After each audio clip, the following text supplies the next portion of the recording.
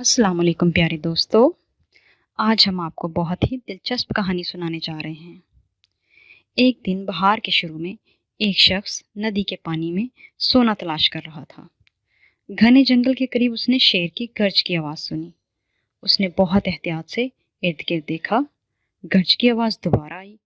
सिम्मत का तयन करते हुए जहाँ से आवाज़ आई थी, उसने 20 कदम के फासले पर एक बड़े शेर को देखा जो वहाँ खड़ा था।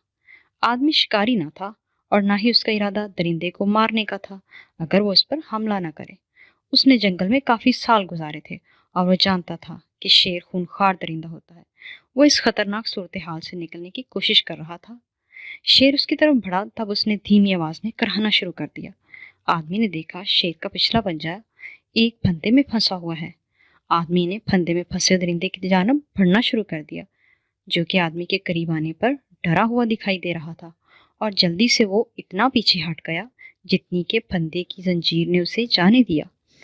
आदमी ने देखा कि ये शेरनी थी। उसके थनों में दूध भरा हुआ था। उसकी जिस्मानी हालत अच्छी थी।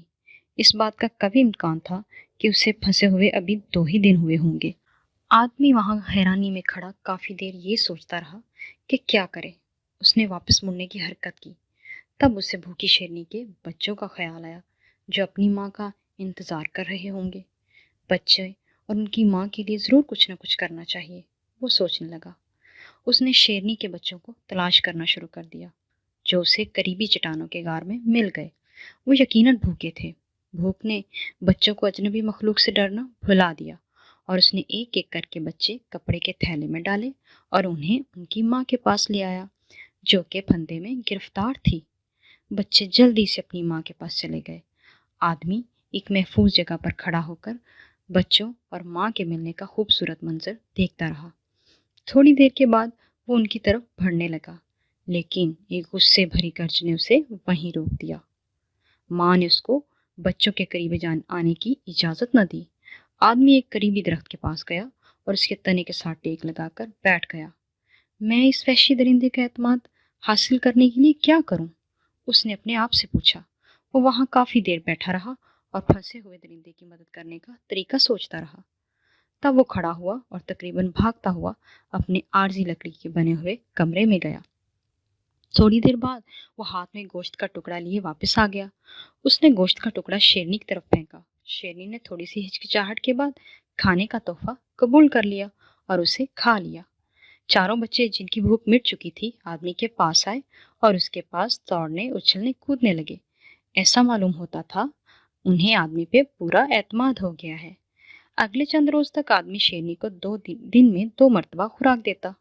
हर मरतबा जब वो गोश्त का टुकड़ा देता, वो बच्चों और उनकी माँ के और ज्यादा करीब चला जाता।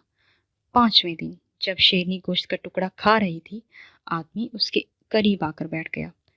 दर हकीकत अब की बार वो शेरनी के इस कदर करीब आ चुका था कि वो उस पर हमला भी कर सकती थी अगर वो ऐसा चाहती। वो वहां काफी देर बैठा बच्चों को थपकी देता रहा। शेरनी साकन खड़ी थी और अपनी निगाहें भी उससे नहीं हटा रही थी। तब आहिस्ता, बहुत आहिस्ता आदमी ने अपने हाथ को हरकत दी और उसकी फंसी हुई टांग पर हाथ रख दिया, और तब वो थोड़ी सी पीछे हट गई, लेकिन उस पर हमला करने की कोशिश नहीं की।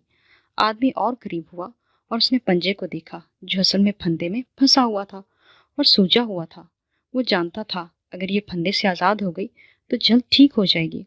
उसने अपना हाथ फंदे पर रखकर उस पर दबाव डाला। वो खुलकर उछला और शेरनी फंदे से आज़ाद हो गई। वो उसके पास चलकर आई, उसके हाथों को सूंघा। जंगल में जाने से पहले वो शेरनी रुकी, वापस मुड़ी और आदमी की तरफ देखा। वो उसे अलविदा कह रही थी।